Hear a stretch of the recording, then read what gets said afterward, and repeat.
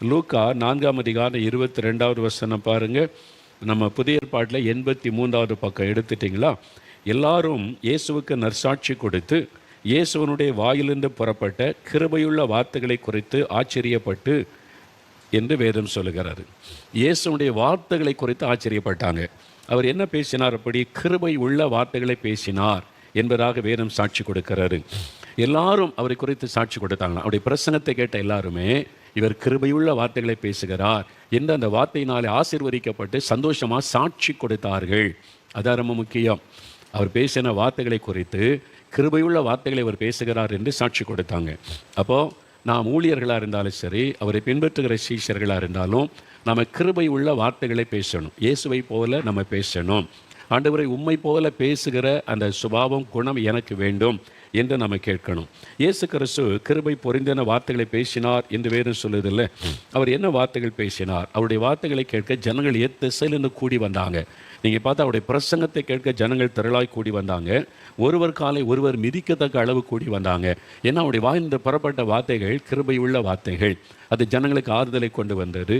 அவங்களுடைய ஜனங்களுக்கு ஒரு சுகத்தை கொடுத்தாரு. ஜனங்களுக்கு ஒரு புது பலனை கொடுத்தாரு. ஜனங்களுடைய கவலைகளை மாற்றினார். அந்த மாதிரி கிருபை பொருந்தின வார்த்தைகள், ஜனங்களுக்கு நன்மை செய்கிற வார்த்தைகள்.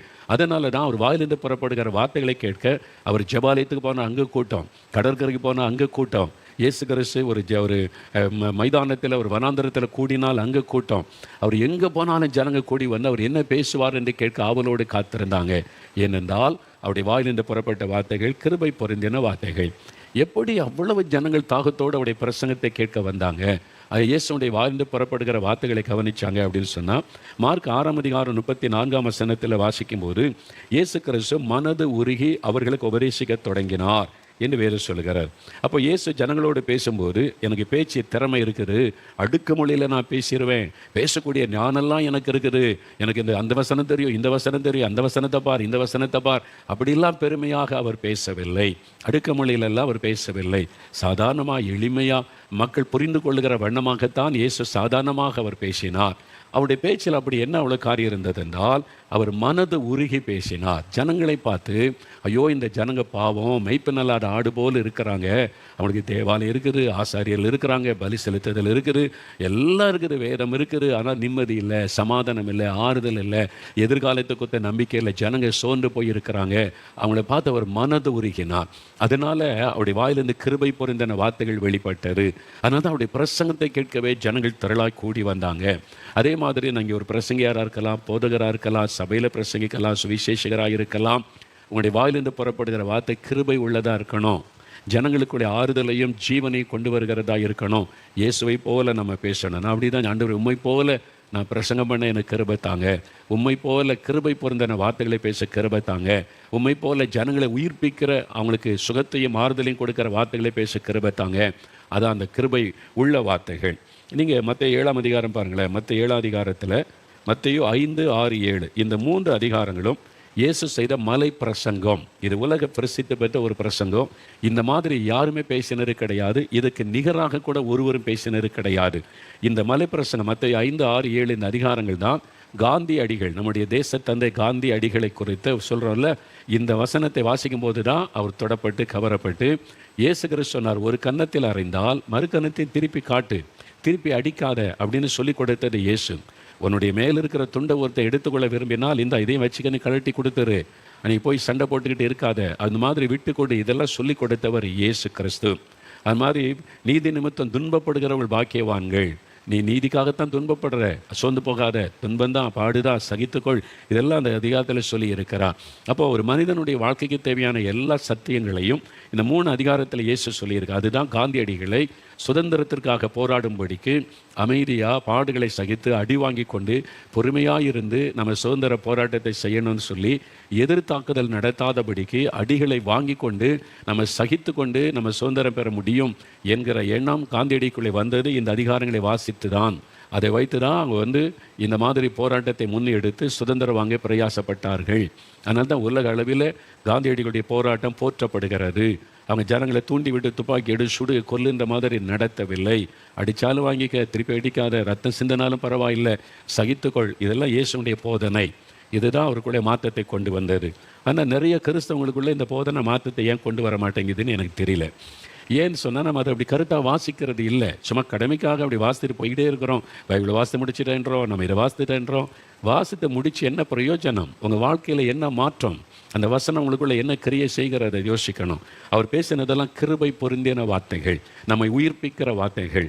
அதனால் இயேசுடைய உபதேசத்தில் பாருங்கள், மத்தேயு 7ஆம் அதிகாரம் 28, 29 வசனம் பாருங்கள். கடைசி 2 வசனம் நீங்கள் பார்த்தீங்கன்னா, இயேசு பிரசங்கம் பண்ணி முடிக்கும்போது இந்த வார்த்தைகளை சொல்லி முடித்தபோது, 3 அதிகாரம் பேசி முடித்தபோது, இயேசு வேத பாரகரை போல் போதியாமல் அதிகாரம் உடையவராய் அவர்களுக்கு போதித்தபடியால், ஆனால் அதிகாரத்தோடு போதித்தார், ஒரு அத்தாரிட்டியோட. ஜனங்கள் அவருடைய போதகத்தை குறித்து ஆச்சரியப்பட்டார்கள். இந்த மாதிரி ஒரு போதனை நம்ம கேட்டதே இல்லையே, எவ்வளோ வார்த்தை கேட்டுக்கிட்டே இருக்கலாம் போல் இருக்கு, அவர் பேச பேச கேட்டுக்கொண்டே இருக்கலாம் போல் இருக்குது. கிருபை பொருந்தின வார்த்தைகள். அதனால தான் பாருங்களேன், அந்த கிருபை உள்ள வார்த்தைகள் எப்படிப்பட்டது? மத்தேயு 6ஆம் அதிகாரம் 34ஆம் வசனத்தை நீங்கள் பார்த்தா, ஆண்டவர் இயேசு சொல்ல, கவலைப்படாருங்க. எவ்வளோ பேருக்கு கவலை இல்லாத மனுஷனை பார்க்க முடியுமா? இன்றைக்கு ஏதோ ஒரு கவலை உள்ளத்துக்குள்ளே இருந்துக்கிட்டே தான் இருக்குது. ஆண்டவர் சொல்ல, கவலைப்படாருங்க, ஒன்றுக்கும் கவலைப்படாதுங்க. ஆகாயத்து பறவைகளை பாருங்கள், அது ஏதாவது விதைக்கிறா, அறுக்கிறா, களஞ்சியத்தில் சேர்த்து வைக்கிறா, அது எதை குறித்தும் கவலைப்படுவதில்லையே. ஆனால் உங்களுடைய பரமபிதா போஷிக்கிறார்ல, நீங்கள் தான் நாளைக்காக கவலைப்பட்டுக்கிட்டே இருக்கீங்க. நாளைக்கு என்ன பண்ண, இதுக்கு என்ன பண்ண, அதுக்கு என்ன கவலைப்படாதுங்க. இயேசு ரொம்ப அழகாக இனிமையாக மக்கள் புரிகிற மாதிரி கிருபையுள்ள வார்த்தைகளை சொன்னோன்னே மக்களுக்கு ஒரு பெரிய ஆறுதல். ஐயோ, இந்த மாதிரி யாருமே எனக்கு சொன்னது இல்லையே அப்படின்னு ஆச்சரியமாக அவருடைய பிரசங்கத்தை கேட்குற. மகளே கவலைப்படாத, மகனை கவலைப்படாத, பயப்படாத. ஆண்டவருடைய வார்த்தையெல்லாம் பாருங்களேன். அதே மாதிரி 5ஆம் அதிகாரம் 12ஆம் வசனத்தை பாருங்கள். இதே மலைப்பிரசங்கத்தில் மத்தேயு 5:12 இயேசு சொல்கிறார், சந்தோஷப்பட்டு களி கூறுங்க. எதுக்கு தெரியுமா? யாராவது உங்களை நிந்திக்கிறாங்க, பொய்யான குற்றச்சாட்டை சொல்கிறாங்க, வீட்டுக்குள்ளே திட்டுறாங்க, பொய்யா சொல்கிறாங்க, உங்கள் மேலே அபாண்டமான பழி சுமத்துறாங்கன்னா சந்தோஷப்படுங்க. துக்கப்பட்டுக்கிட்டு அழுதுகிட்டு இருக்காருங்க, சந்தோஷப்பட்டு களி கூறுங்க, பரலோகத்தில் உங்களுடைய பலன் மிகுதியாக இருக்கும். எவ்வளோ ஒரு ஆறுதலான, அதான் அப்படி கிருபை பொருந்தின வார்த்தை. யாராவது திட்டா, நீ என்ன உட்காந்து அழுதுகிட்டு இருக்க, நீ திருப்பி பேச வேண்டியதானே, திருப்பி கொடுக்க வேண்டியதானே, நீ இப்படியே குட்ட குறைஞ்சிக்கிட்டு தான் மேலே ஏறிடுவான், கொஞ்சம் திருப்பி கொடு அப்படின்னு உலக மக்கள் சொல்லுவாங்க. இயேசு சொல்கிறார், இல்லை, நீ சகித்துக்க, மன்னிச்சிரு, நீ சந்தோஷமாக இருக்கலாம். ஒரு கிருபையுள்ள வார்த்தை. இயேசுடைய போதனை கிருபையுள்ள அந்த வார்த்தைகள் எவ்வளோ பெரிய ஆறுதல், சந்தோஷம் பாருங்கள். அதே மாதிரி மத்தேயு 5ஆம் அதிகாரம் 44ஆவது வசனம் பாருங்கள். மத்தேயு 5:1-2 நான் சொல்கிறேன், கவனம் பாருங்கள். மத்தேயு 5:44 நான் உங்களுக்கு சொல்லுகிறேன், இயேசு சொல்கிறார், உங்கள் சத்துருக்களை சிநேகியுங்கள், உங்களை சபிக்கிறவர்களை ஆசீர்வதியுங்கள், உங்களை பகைக்கிறவர்களுக்கு நன்மை செய்யுங்கள், உங்களை நிந்திக்கிறவர்களுக்காகவும் உங்களை துன்பப்படுத்துகிறவர்களுக்காகவும் ஜெபம் பண்ணுங்கள். இது மாதிரி யாராவது சொல்லி கொடுத்துருக்காங்கன்னு நினைக்கிறீங்க?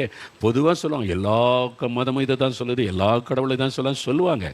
இது சொல்லி சொல்லியே பழகி எல்லா மதமும் அது சொல்லுது, எல்லா கடவுளும் இதை. எந்த கடவுள் எப்போ சொன்னார்? நான் வாசிக்கிறேன். இது மாதிரி சொன்ன ஒருத்தரை காமிக்க பார்ப்போம். இயேசு, நான் உங்களுக்கு சொல்லுகிறேன், உன் சத்துருக்களை சிநேகியுங்கள், சபிக்கிறவர்களை ஆசீர்வதிங்க, உங்களை துன்பப்படுத்துகிறாங்களே அவங்களுக்கு நன்மை செய்யுங்க, உங்களை நிந்தித்து பரிகாசம் பண்ணுறாங்களே அவங்களை ஆசீர்வதித்து ஜெபம் பண்ணுங்க. எவ்வளோ அற்புதமான ஒரு வார்த்தையில் இது நம்முடைய வாழ்க்கையை புரட்டி போட்டு விடும். நமக்குள்ளே வைராக்கியம், பகை உண்டாகாதபடி அன்பினாலே நம்முடைய இருதயம் நிரப்பப்பட்டு விடும். இதான் இயேசுடைய கிருபை பொருந்தின வார்த்தைகள். இந்த மாதிரி யாரும் பேசி நாங்கள் கேட்டதில்லைன்னு சொல்கிறாங்க. இதான் உண்மை. அதனால் 19 ரூபா அது எல்லாமே அதை சொல்லுது, இதை சொல்லுதுன்னு வாங்க. என்ன சொல்லுது? நான் வாசிக்கிறேனே, இது மாதிரி வாசிங்க, எடுத்து இப்படி சொல்லியிருக்கிறார், இப்படி நடந்து கொள்ளுங்க அப்படின்னு சொல்லி இயேசு தெளிவாக சொல்லுகிறார். அது வாழ்ந்து காண்பித்தார். அவர் கைது செய்ய வர்றாங்க அநியாயமாக, அவன் காது வெட்டப்படணும், இயேசு அவனுக்கு சுகம் கொடுத்து அவன் ஆறுதல் படுத்தி அனுப்புகிறார். சிலுவையில் அறையிறாங்க, அநியாயமான பொய் பழி சுமத்தி அவரை அடித்து கேவலப்படுத்தி சிலுவையில் தொங்க வைக்கிறான். பிதாவே இவளுக்கு மன்னியும். அவர் என்ன பிரசங்கித்தாரோ அப்படி வாழ்ந்து காண்பித்தார். அதனால் தான் அவருடைய வார்த்தையில் அவ்வளோ வல்லமை இருந்தது, கிருபை பொருந்தின அந்த வார்த்தைகள். அது மாத்திரம் இல்லை, நீங்கள் மத்தேயு 7ஆம் அதிகாரம் 1ஆம் வசனம் பாருங்களேன். இது மாதிரி வேறு யாராவது சொன்னதுண்டான்னு நீங்கள் யோசித்து பாருங்கள்.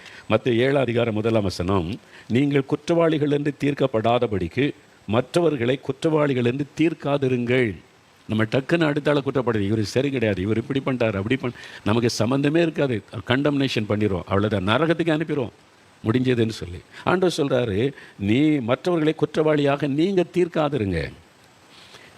ஏன்னா மற்றவர்களை தீர்க்கிற தீர்ப்பின்படியே உங்களுக்கும் தீர்ப்பு வரும். அது மாதிரி செய்யாதங்க. ஆண்டவர் எவ்வளோ அழகாக சொல்லிக் கொடுக்குறார் பாருங்கள். மற்றவங்களை குற்றம், வீட்டுக்குள்ளேயே மாமியார் மேலே குற்றம், மருமகள் மேலே குற்றம், கணவன் மனைவி மேலே குற்றம், மனைவி புருஷனை குற்றப்படுத்துவது, பிள்ளைகள் பெற்றோரை யோசிப்பார்கள். இந்த குற்றப்படுத்தியே சமாதானம் எல்லாம் போய்விட்டது, குடும்ப சந்தோஷம் போய்விட்டது. ஆண்டவர் சொல்றார், ஒருத்தருக்கு ஒருத்தர் ஏன் குற்றவாளியாக தீர்க்கிறீங்க, குற்றவாளி என்று தீர்க்காதிருங்கள் ஆண்டவர் சொல்லிக் கொடுக்கிறார்.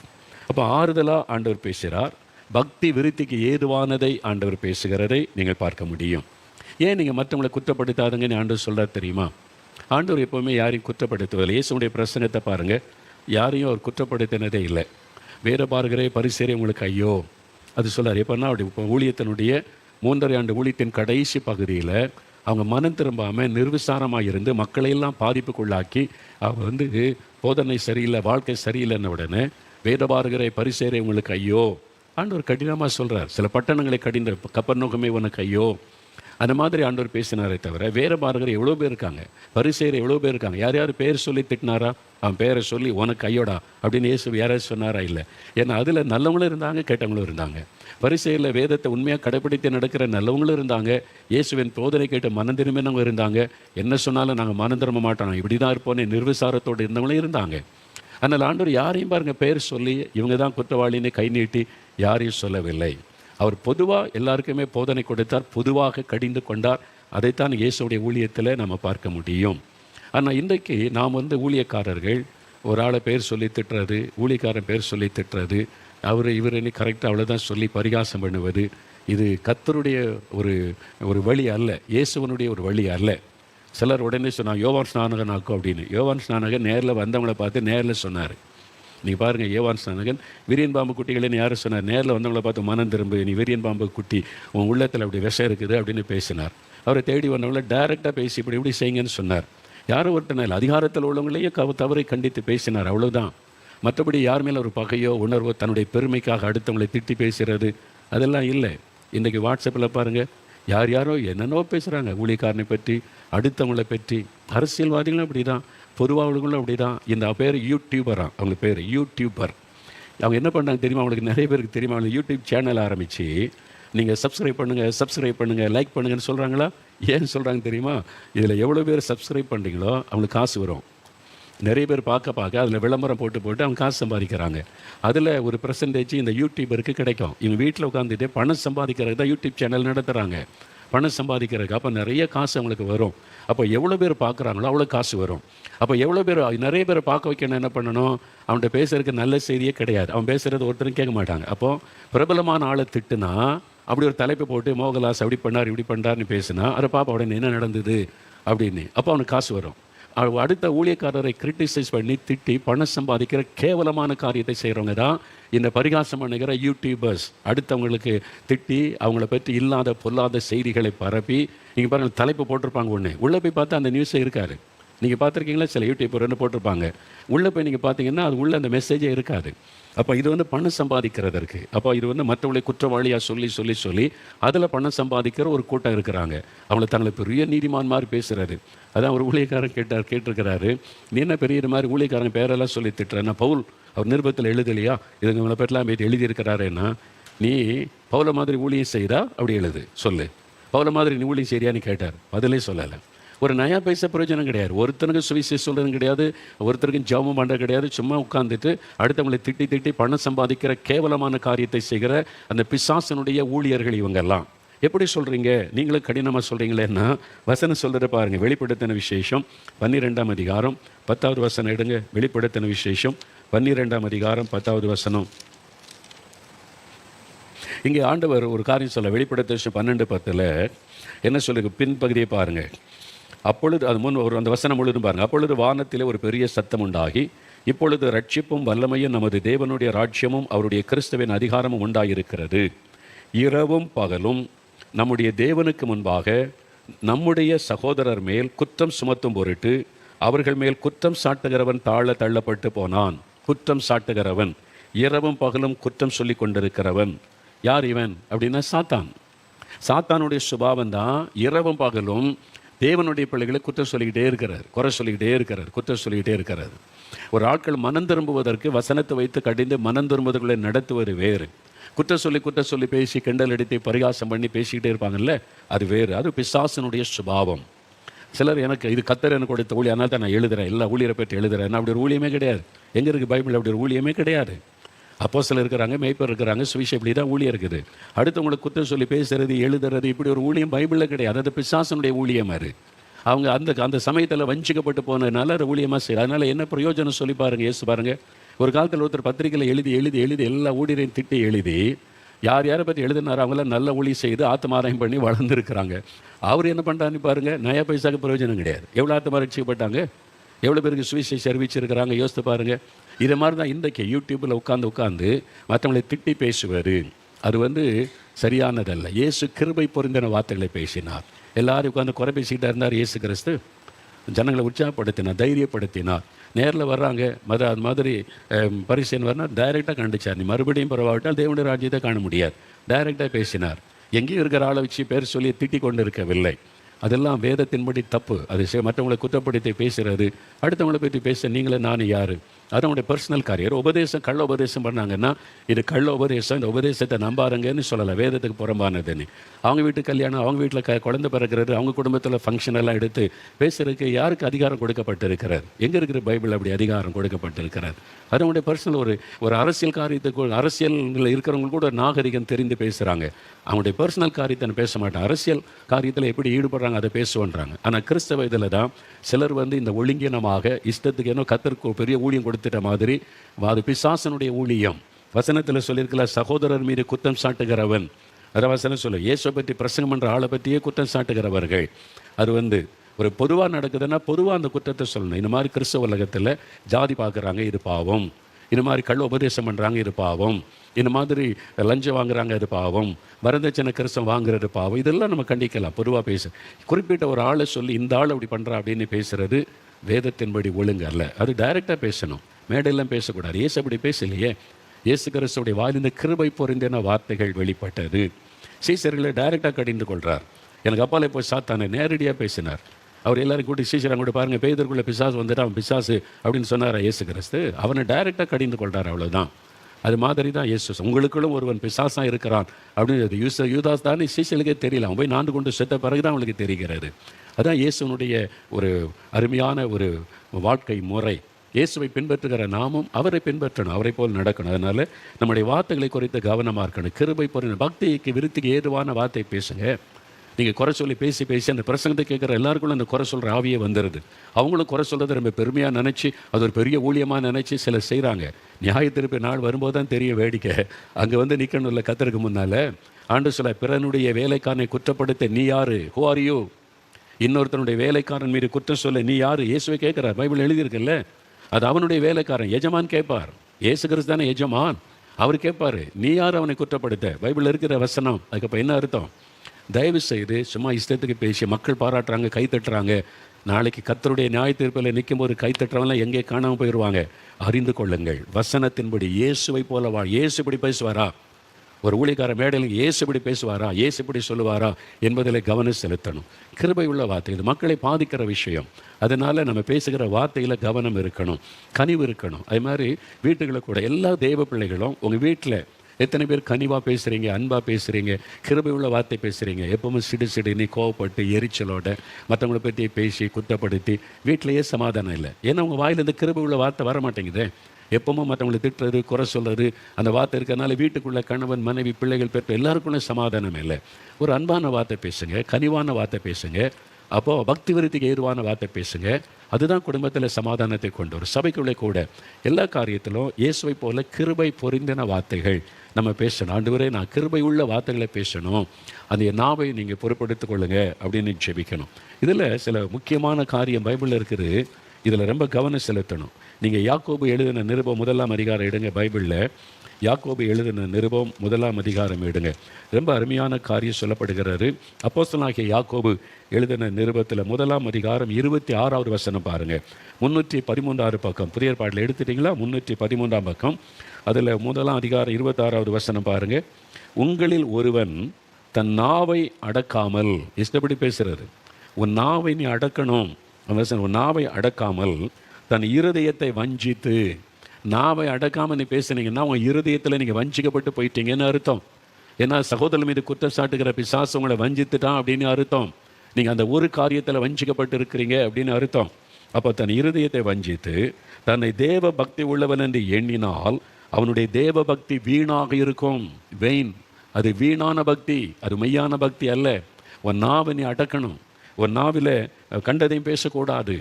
அதுதான் வசனம் சொல்லுகிற காரியம். இப்போ நாவை அடக்க வேண்டும் என்று வேறு சொல்லுது. இந்த யாக்கோபு என்ன நல்லா பாருங்கள், இந்த நாவை அடக்காமல் நான் ரொம்ப பக்தியாக இருக்கிறேன், நீ உருண்டு பரண்டு சாமி கும்பிட்டாலும் உன் நாவை அடக்கலைன்னா இது வெளிவேஷம், உன் தேவ பக்தி வீண். அப்படி தான் வசனம் சொல்லுகிறாரு.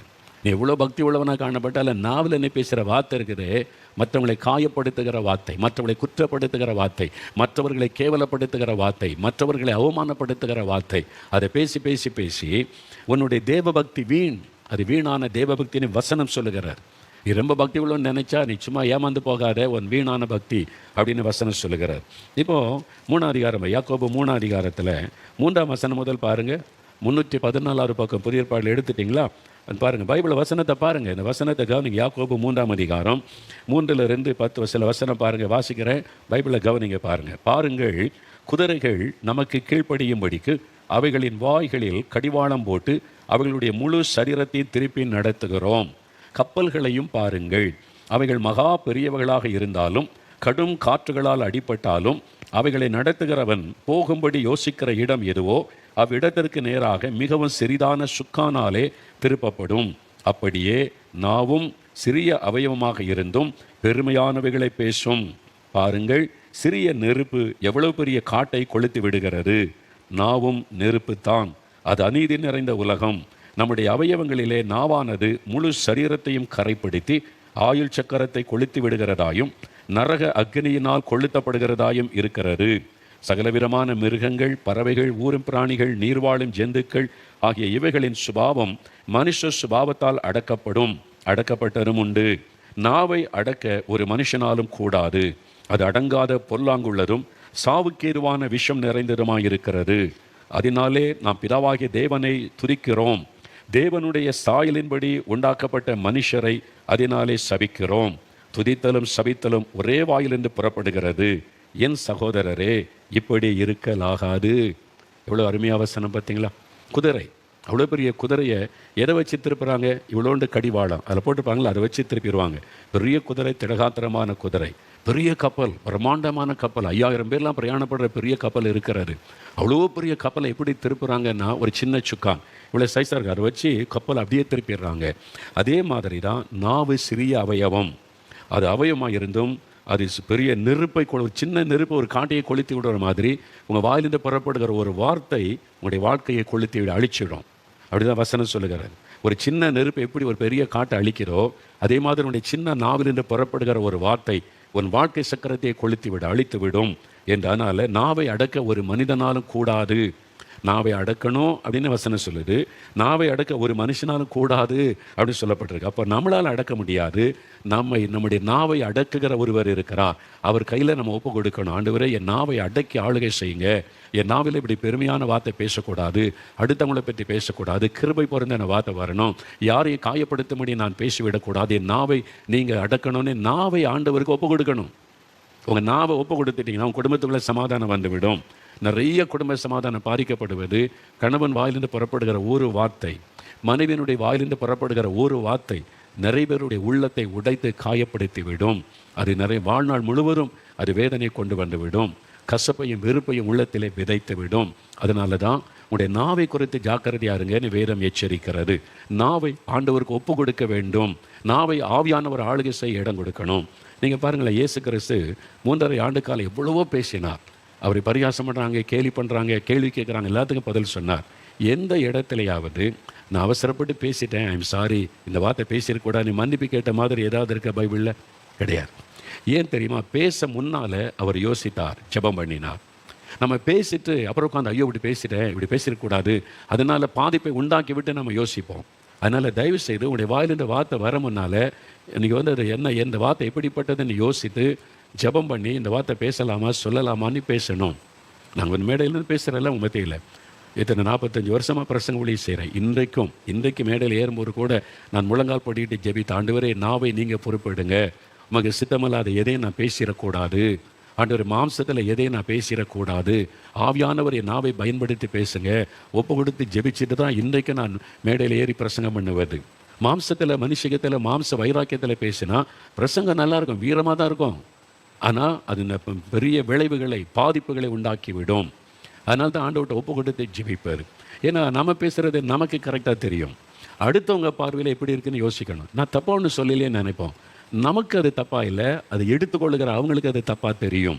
அப்போ பேசுறதுக்கு முன்னால் நம்ம என்ன யோசிக்கணும், நம்ம இந்த வார்த்தை சொல்கிறோமே அவங்க அதை எப்படி புரிந்து கொள்ளுவாங்க, அந்த வார்த்தையை அவங்க எப்படி எடுத்துக்கொள்ளுவாங்க, அது அவங்களுக்கு பாதிப்பை உண்டாக்குமா, நான் நினைக்கிற மாதிரி சரியாக எடுத்துக்கொள்வாங்களா, இதெல்லாம் யோசித்து ஜெபம் பண்ணி பேசணும்.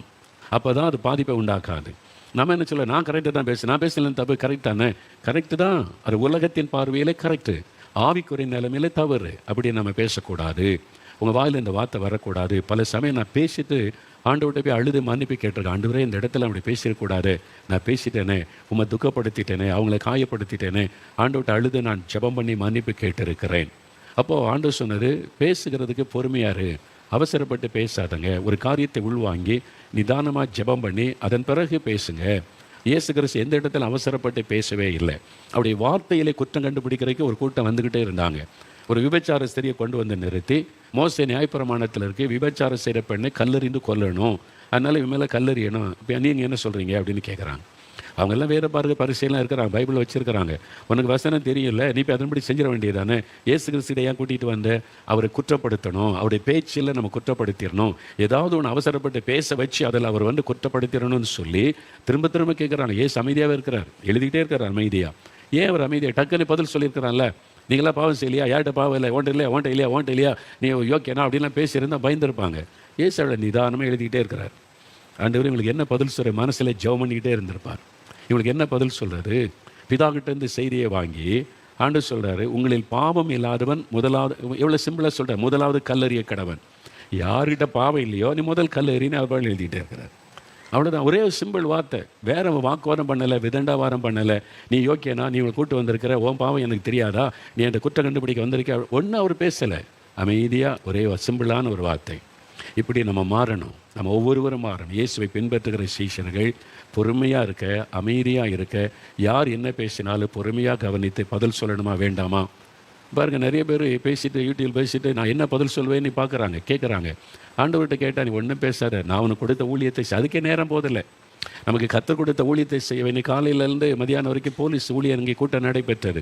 1000 பேர்கிட்ட வந்திருந்தாங்க. அவங்களுக்கு பிரசங்கம் பண்ண முடித்து நேற்றுக்கு வரைக்கும் இன்னொரு ஊழியம், நாளைக்கு அடுத்த ஊழியம், அடுத்த நாள். நமக்கு அதுக்கே நேரம் போதில்லை. ஊழியம் செய்கிறதுக்கு, ஜெபிக்க, தியானிக்க, மக்களுக்கு செய்தி சொல்ல, இவன் பேசுகிறதுக்கு பதில் சொல்கிறதுக்கு நமக்கு எங்கே நேரம் இருக்குது. நம்ம என்ன சொல்கிறோமோ அதை வச்சு மறுபடியும் பிரச்சனை உண்டாக்கி யூடியூப்பில் லைக் வாங்கணும், காசு சம்பாதிக்கிறதுக்கு. அதுக்கு தான் உங்களுக்கு இல்லைன்னு சொல்லுங்கள் பார்ப்போம். அப்போ உங்களுக்கு காசு வரல வருது, இயேசுடைய ஊழியத்துக்கு காசு வருது, அது எனக்கு இல்லை, ஊழியத்துக்கு ஒரு பைசா நான் எடுப்பது இல்லை. நம்முடைய ஊழியத்தில் யூடியூப்பில் போகுதில்லை, அதுக்கு காசு வருது, டாலர்ஸ் வருது, அக்கௌண்ட் வச்சுருக்கிறோம், எல்லாம் ஊழியத்துக்கு. அவனுக்கு வருது, ஊழியத்துக்கு செலவு பண்ணுறான்னு கேளுங்க. அவன் சொந்தத்துக்கு அதை வச்சு சோக் பண்ணிக்கிட்டு அலைகிறான். அவன் பேசி பேசி அடுத்தவங்களை திட்டி காசு சம்பாதிச்சு அதை வச்சுட்டு ஜாலியாக அலைகிறாங்க. நமக்கு வர காசு முழுவதும் ஊழியத்துக்கு 5 பைசா நான் எடுப்பதில்லை, அக்கௌண்ட்டில் போகுது, எல்லாமே அக்கௌண்ட்டில் இருக்குது. சுவிசேஷத்தை அறிவிக்க பயன்படுத்துகிறோம். அவங்கள்ட்ட கேட்டு பாருங்கள், உனக்கு வரக்கூடிய பணத்தை எதுக்கு செலவு பண்ணன்னு கேளுங்க. அவங்க சொந்த செலவுக்கு பயன்படுத்துகிறாங்க. அதை வச்சுட்டு அடுத்தவங்களை திட்டி பணம் சம்பாதிப்பார். எவ்வளோ கேவலமான அசிங்கமான காரியம். இது பிசாசினுடைய ஊழியம்.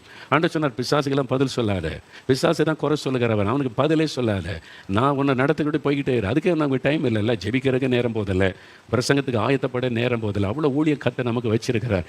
ஊழியமே இல்லாதவங்க தான் வெட்டியாக உட்காந்து அடுத்த ஆளை பற்றி பேசிக்கிட்டு இருப்பேன். நான் வேறு ஊழியமே கிடையாது, அடுத்த ஆளை திட்டிக்கிட்டே இருப்பேன். அதுதான் பிசாசனுடைய வேலை. ரெண்டுக்குள்ள வித்தியாசத்தை நீங்களே புரிந்து கொள்ளுங்கள். கர்த்தருடைய பிள்ளைகளுக்கு தெரியும். அதனால் மோகன்லாஸ் எப்படிப்பட்டவன்னு தெரியும், அவங்க எப்படிப்பட்டவன்னு தெரியும். அதனால் அதை பற்றி நாம் கண்டு கொள்வதில்லை. ஆனால் நாம் ஆண்டவரை பின்பற்றுகிற நாம் இயேசுவை போல கிருபை பொருந்தின வார்த்தைகளே பேசுகிறோம். வீட்டில் கூட பிள்ளைகள் எக்ஸாமில் தோத்துட்டாங்களா, புத்தி இருக்கா, அறிவு இருக்கிறா, முட்டாளா, அப்படிலாம் பேசக்கூடாது. ஓகே பரவாயில்ல, அடுத்த முறை நீ ஜெயிச்சிருவே, நீ சொந்த போகாத, உனக்கா நான் ஜெபிக்கிற, அப்பா ஜெபிக்கிற, அம்மா ஜெபிக்கிற, சொந்த போகாமல் படி, கிருபை உள்ள வார்த்தைகளை பேசுங்க. குத்த சொல்லி நீலாம் உருப்படுவியா, உன்னை பற்றி தெரியும், நீ இப்படி ஊர் சுற்றிக்கிட்டு இருக்க, நீ ஜெயிக்க மாட்டே, தயவு செய்கிற அப்படிலாம் பேசாதுங்க. அன்பாக பேசுங்க, பாசிட்டிவான வார்த்தைகளை பிள்ளைகளுக்கு சொல்லுங்கள். கணவராகட்டும் மனைவி ஆகட்டும், பாசிட்டிவான வார்த்தை. எதுக்கு கவலைப்படணும், எதுக்கு துக்கப்படணும், ஆண்டவர் இருக்கிறார், பார்த்து கொள்ளுவார். தைரியமாக படிங்க, உற்சாகமாக இருங்க. குறையே இருந்தாலும் அந்த ஆண்டவர் மன்னிப்பார். அவர் மன்னிக்கிற ஆண்டவர் மன்னிச்சிருவார். இனி அதெல்லாம் மறந்துட்டு ஒரு புதிய வாழ்க்கை ஆரம்பி. கிருபை உள்ள வார்த்தைகளை பேசுங்க. எதுக்கு நீங்கள் குற்றப்படுத்தி மற்றவங்களை வேதனைப்படுத்தி? தயவுசெய்து இயேசுவை பின்பற்ற பழகி கொள்ளணும். நம்முடைய நாவை ஆண்டவருக்கு ஒப்பு கொடுக்கணும். ஆண்டவரே, என் நாவை உமக்கு ஒப்பு கொடுக்குறேன். அதனால தான் நீங்கள் பாருங்கள், அப்போஸ்தலர் 2ஆம் அதிகாரத்தில் ஆவியானவர் இறங்கின உடனே முதலாவது அவர் எதை பிடித்தார் தெரியுமா? நாவை பிடித்தார். ஆவியானவர் முதலாவது நாவை பிடித்து திருப்பினார். நீ கர்த்தரோட பேசு, அந்நிய பாஷையில் தேவனோடு பேசுகிறான். நீ மனுஷரோடு பேசாத, அதிக நேரம் கர்த்தரோடு பேசு. நாவை தேவன் திருப்பி தேவனோடு பேச வைத்தார். அதுதான் ஆவியானவர் அபிஷேகம் வரும்போது நடக்கிற முக்கியமான காரியம்.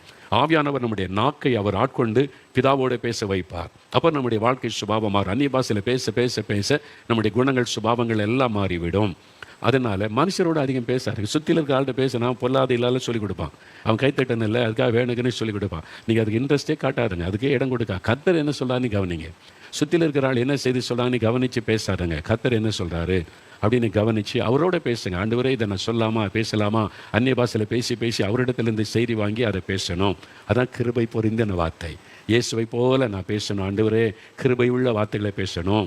ஊழியக்காரங்க மட்டும் இல்லை, வீட்டில் இருக்கிற கணவன் மனைவி பிள்ளைகள் எல்லாருமே அது மாதிரி கேளுங்க. ஆண்டவரே என் நாவை நீங்கள் அடக்கி ஆளுகை செய்யணும், என் நாவுக்கு காவல் வையும்னு சங்கீதக்காரன் ஜெபிக்கிறார். 141 சங்கீதம் 3 வசனத்தில் சங்கீதக்காரன் ஆண்டவரே என் நாவுக்கு காவல் வையும், என்னுடைய வாய்க்கு காவல் வையும்.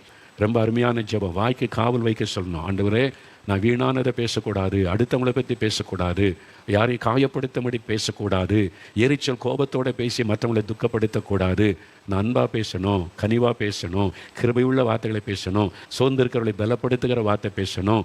கேளுங்க, நம்முடைய நாம் ஒப்பு கொடுக்குறீங்களா? இப்போ ஒப்பு கொடுக்குறீங்களா? ஒரு நிமிஷம் அப்படியே வலதுகரம் வைத்தங்க. எல்லாரும் வலதுகரம் வைத்தங்க. ஆண்டவரே என்னோடு இன்றைக்கி பேசி இருக்கிறீங்க, என் நாவை உமக்கு ஒப்பு கொடுக்குறேன்னு சொல்லுங்கள்.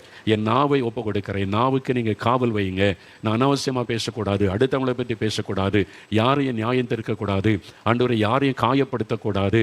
ஆண்டவரை கிருபை உள்ள வார்த்தை பேசணும், அன்பாக நான் பேசணும், கனிவாக நான் பேசணும், சாந்தமாக நான் பேசணும். என் நாவை நீங்கள் ஆட்கொள்ளுங்க. இயேசுவை போல என் நாவை மாறட்டும், இயேசுவை நாவை போல என் நாவை மாறட்டும். யாரையும் காயப்படுத்தி குற்றப்படுத்துகிற வார்த்தைகளை பேசாதபடி கிருபை பொருந்தின வார்த்தைகளை பேச என் நாவுக்கு காவல் வையுங்க. என்னை ஒப்பு கொடுக்கிற ஆண்டவரை ஒப்பு கொடுக்கிற. இன்று முதல் நான் அமைதியாக இருப்பேன், இனி அதிகம் பேச மாட்டேன், அடுத்தவங்களை பற்றி பேச மாட்டேன். என் நாவுக்கு காவல் வச்சிருங்க. என்னை ஒப்பு கொடுக்கிறேன். ஆண்டவரே யார் யார் அப்படி ஒப்பு கொடுத்து ஜெபிக்கிறாங்களோ, இந்த சகோதரி, இந்த சகோதரன், இந்த வாலிபன், வாலிப மகள், பிள்ளைகள் எல்லாருடைய நாவையும் நீர் ஆட்கொள்ளுவீராக. பரிசுத்தாவினால் நிரப்பி அந்நிய பாஷையில் கர்த்தரோட பேச அவளுக்கு கிருபை கொடுப்பீராக. எங்களுடைய நாவை நீர் பொறுப்படுத்திக் கொள்ளும். உம்மை போல நாங்கள் கிருபை பொரிந்தன வார்த்தைகளை சாந்தமாய் அமைதலாய் பேச எங்களுக்கு கிருபை தாரும். இயேசு கிறிஸ்துவின் நாமத்தில் ஜெபிக்கிறோம் பிதாவே. ஆமேன், ஆமேன். என் ஆத்துமாவே கர்த்தரை சோஸ்தரி, என் முழு உள்ளமே அவருடைய பரிசுத்தமுள்ள நாமத்தை சோஸ்தரி.